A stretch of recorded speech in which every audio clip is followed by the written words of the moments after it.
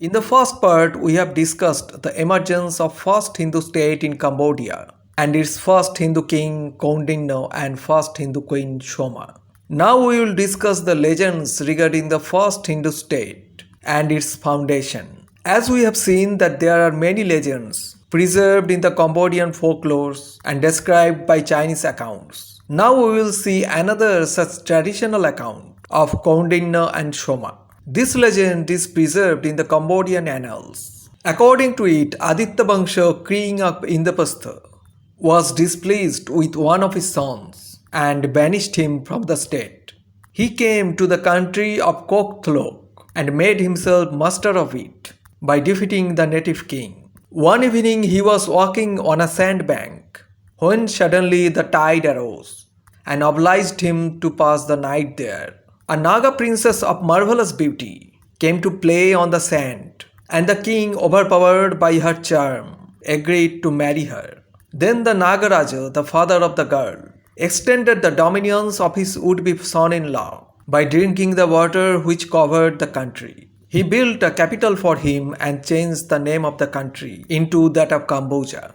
This is clearly a matrimonial alliance between a Hindu prince and a Naga princess. And according to this story, that Hindu prince was already the master of his kingdom when he met the Naga princess Shoma. Perhaps due to the matrimonial alliance with the local tribes, the Hindus successfully established the first state on the soil of Cambodia. In later annals, there is another version about the foundation of Cambodia. It runs, in the dim past, Cambodia was a desert of sand and rocks. One day KAMBU Swayambhuva, the king of Ardesha, found himself in this dreary landscape. The death of his wife Mira, whom the great god Shiva himself gave to him, made him disconsolate, and he left his country in order to die in the wildest desert he could find on earth. Having reached Cambodia, he entered into a cave. To his horror, KAMBU found himself in the midst of a large number of huge many-headed snakes, whose piercing eyes were turned towards him.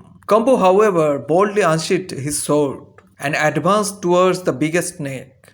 To the utter amazement of KAMBU, the snake spoke in a human voice and asked his whereabouts. After hearing KAMBU's story, the serpent said, "Your name is unknown to me, stranger, but you spoke of Shiva, and God Shiva is my king, as I am the king of Nagas. You seem to be courageous too. Therefore abide with us in this land you have chosen and end your grief."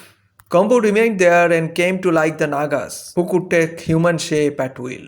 Several years later, he married the Naga king's daughter. The king of the Nagas had magic power and turned the arid land into a beautiful country, like that of Ardesha in Bharat. KAMBU ruled over the land, and the kingdom came to be called after him Kambuja Desha, or the country of Kambuja. This mythical legend is referred to in the inscription dated 947 AD.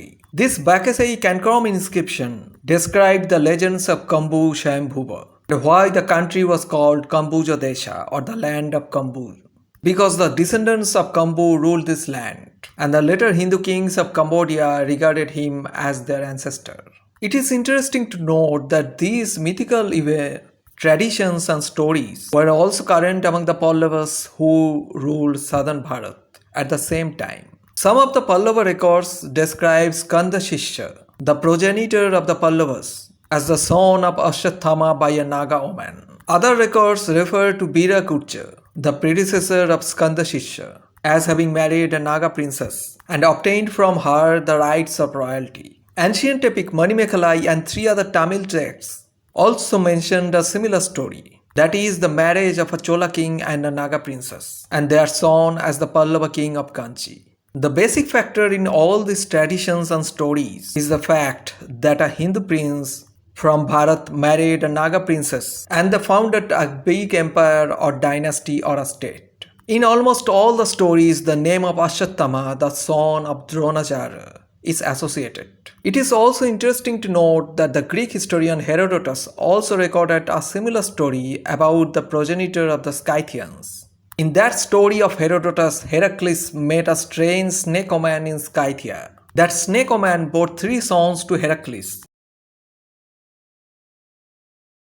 Before his departure, the Greek hero Heracles left instructions for his sons, Whoever of these three sons could bend the bow left by Heracles should be made the king of the country. Accordingly, Scythe passed the test and became the king of the country, and his descendants came to be known as the Scythians. Back to our subject about the foundation of the first Hindu state of Funan in Cambodia.